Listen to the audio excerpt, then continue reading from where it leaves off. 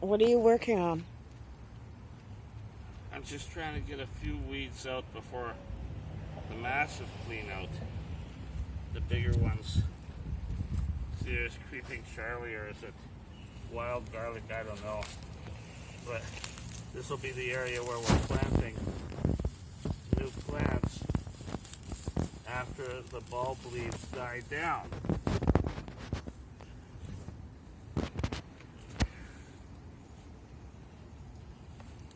This scraper's the best scraper I've ever had.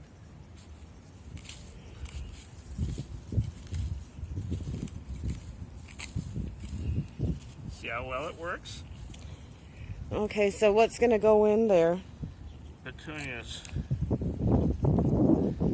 Petunias and asters along this area.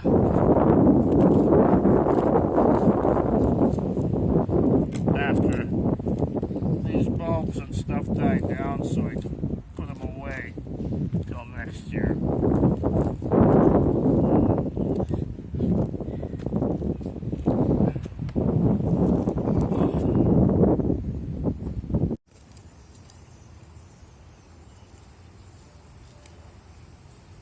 That ornamental grass survived.